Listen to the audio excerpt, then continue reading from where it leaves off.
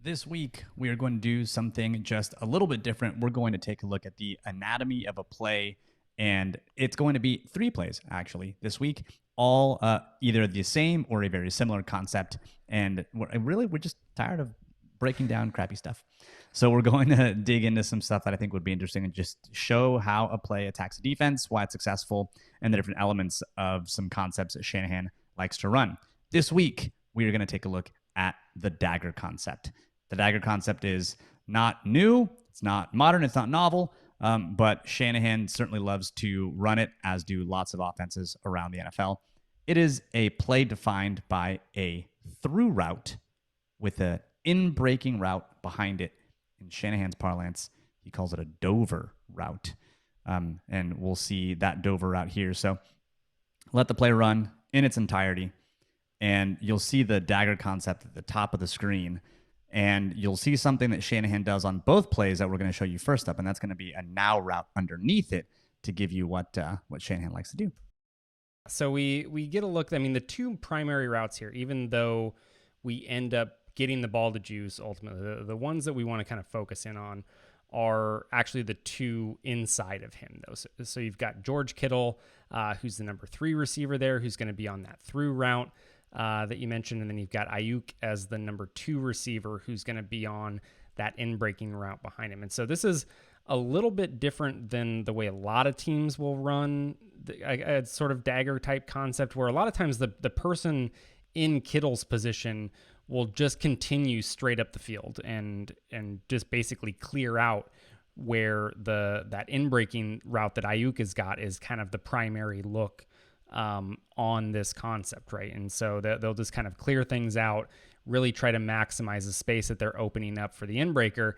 But Shanahan likes to kind of make this guy an option, right? And not just kind of have him be a body that's just out there to kind of clear out defenders and not really be a threat to receive the ball. And so it's something that they go to a lot. They love throwing this route from a bunch of different concepts.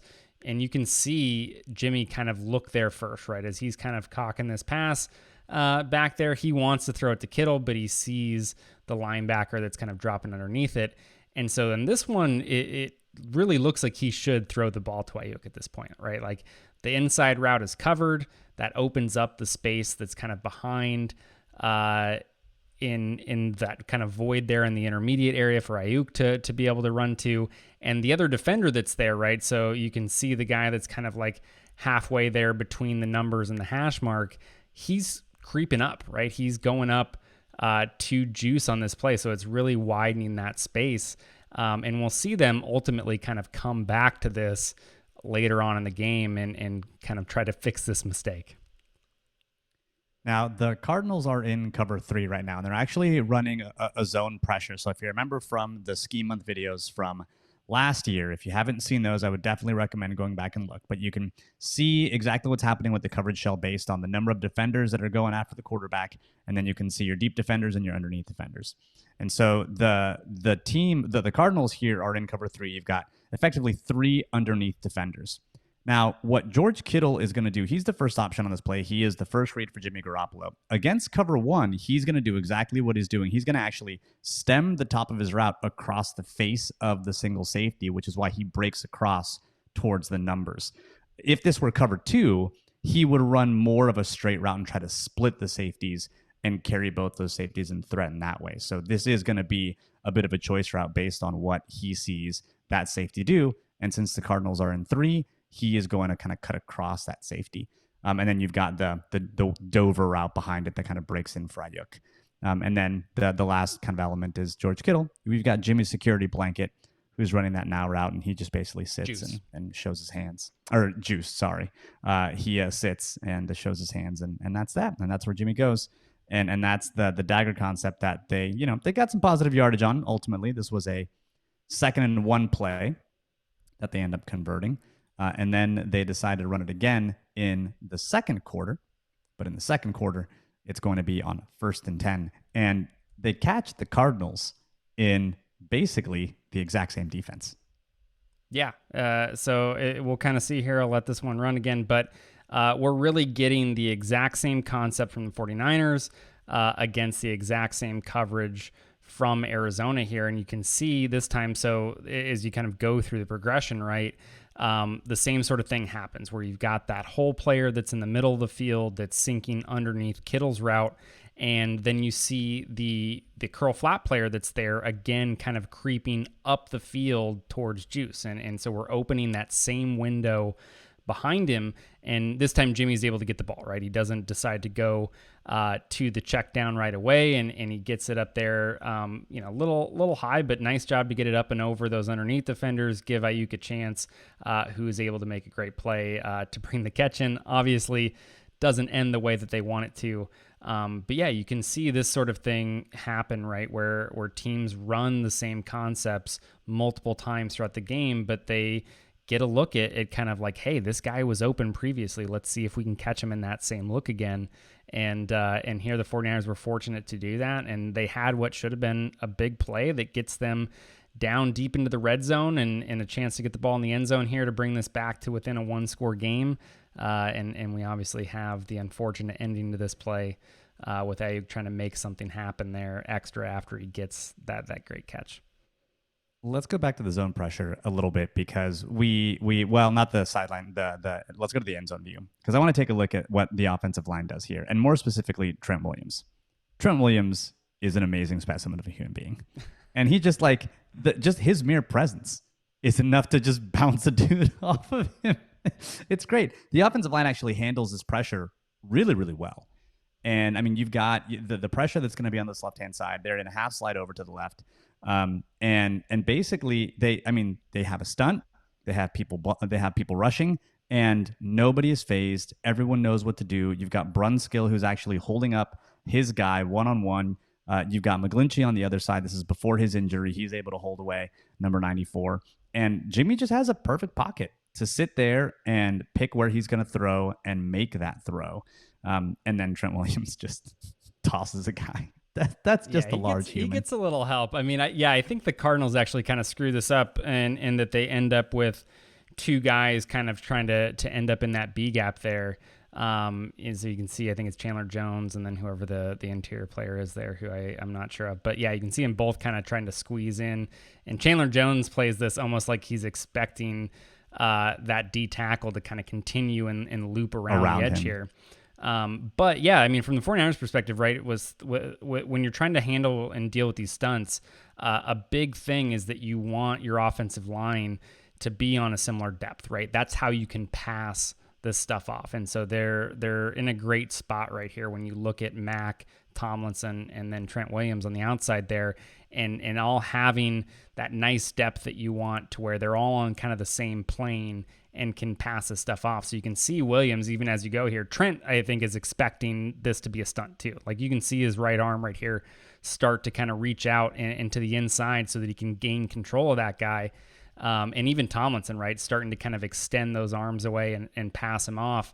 But they're in a good spot here, even if Chandler Jones was to continue inside or whatever the kind of difference was supposed to be here so that you don't end up with two guys in the same gap. They're in a good spot to be able to handle this and get it passed off and make sure that, Jimmy's got time to make the throw. Honestly, outside of Brunskill, the offensive line has played pretty well. And it's just they've just got a weak spot with Brunskill, and now whomever is playing right tackle. But the third play is going to look very, very similar and share some of the similar elements. This is going to be in the third quarter, 8:05. This is a 1st and 10 play. You do have the Cardinals in cover 3, but this one is not going to share the same features as some of the other play. You're going to have, kind of a similar dagger concept. There's going to be a couple of variations here, and you're not going to get that now route underneath. But now that you've seen those two plays previously, and you've seen Jimmy's thought process where he didn't get to the Ayuk on the first throw, he took the check down. And then on the second play, he's like, okay, the Ayuk was open. So then he gets to Ayuk. Now, I think he's kind of stuck on Ayuk, and he misses a wide open Sanu. Yeah, so I mean, slight differences here, right? You mentioned no now route. We get Debo kind of in that position from initial alignment. He's going to come over in the motion, and so we're going to give them a play action look here, which the previous two plays were not. And then from Arizona's perspective, you get just kind of a regular, rush 4 drop, cover 3 here type of look, right? So Yeah, giving them a little bit different, but the route concept, right, is giving them the same picture. Things are just a little bit deeper down the field to account for the timing differences with the play action here. And yeah, you can see, I mean, Jimmy looks, if we go to the end zone view here really quick, I mean, he takes a peek at that kind of deep over route, right? So I mean, he's looking. Well, that's the middle first of the read in field. his progression. Yeah. When you look in the playbook, that's like he's got to go to one. He checks one, and then he goes to two. It's just he comes off of one like he's expecting to come off one. Right. I mean, there's no, so like right there, you can see him make the shift, right, and get it back outside to Ayuk, but there's nobody there. I mean, I don't know exactly what he's seen that makes him not like this, but 58 here, right, the linebacker that's kind of up there on the hash that gets sucked up by the play action and then just kind of looks generally lost after that.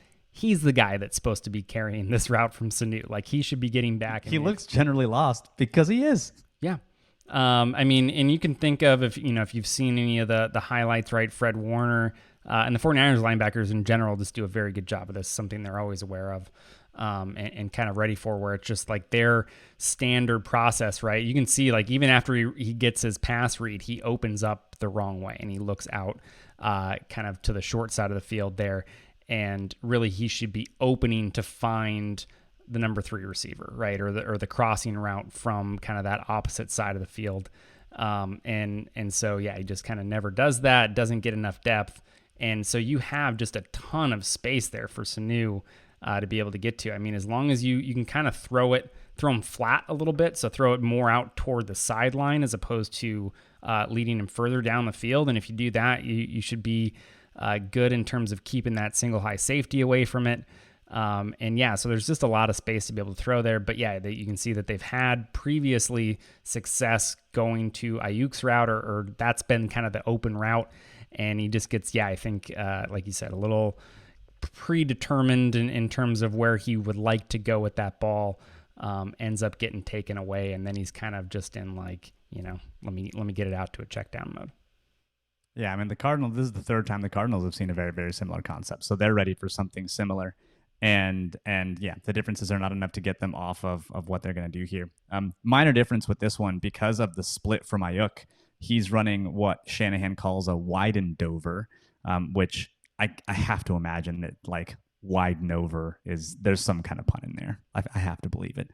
But basically the difference is that he's just running that route out towards the numbers, and then he rounds around it and comes inside. But since he's running it from a tighter split, that's what it looks like. So yeah, so those are the 3 plays.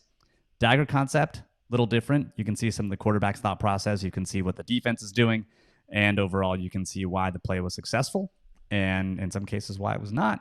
And ultimately contributed to the 49ers losing a game, because one of those plays was, of course, the Ayuk fumble. But yeah, that's what I'm, hey, man. Look, we'll do some more of these. This is a video where we're talking about process, not results. Okay, we're not going to focus on what actually happened on the end of a lot of these plays.